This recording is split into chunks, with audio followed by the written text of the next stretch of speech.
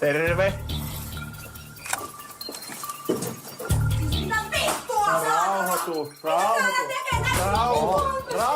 Hei, rauhoitu.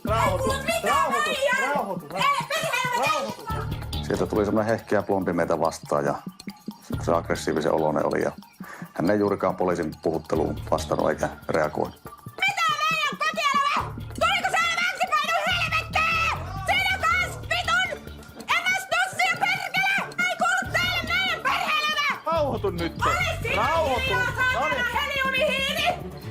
Onpa paha sinun jäi. Mene! Pidä hyvät pullot pilaa. Joko sillä loppu tuo pulle? Oi. Pistähän pois ne. Täytyy sanoa, että kaikenlaisia esineillä on mua heitetty, mutta ei koskaan muffin siellä. Pisti vähän naurattamaan. Vielä kun voit, niin vittu lähde vetää Hei. sinä kans siitä! Ihan kohta Hei. Vittu lähetään. mikkihiiri! Ihan käydä sinäkin. Tää lumpea tummu, jos tuut lähemmäs! Hei, tehdään yhteinen sopimus. Molemmat on Ei hiljaa oo. vähän aikaa. Laske se Ei lautanen oo. alas. Pistä se lautanen alas ja tuu alas juttelemaan. Älä vikise. Painukaa aikatte pois täältä. Tää on mun koti! Ei se sillä tavalla ollut pelko, että ne hirveästi sattuu ne muffinsit, kun ne osuu, mutta sitten mietin, että kamppeet sotkeentuu ja sitten ajattelin, että saattaa siinä tietenkin vähän pahempaa jälkeä tulla sinne asuntoon muutoin.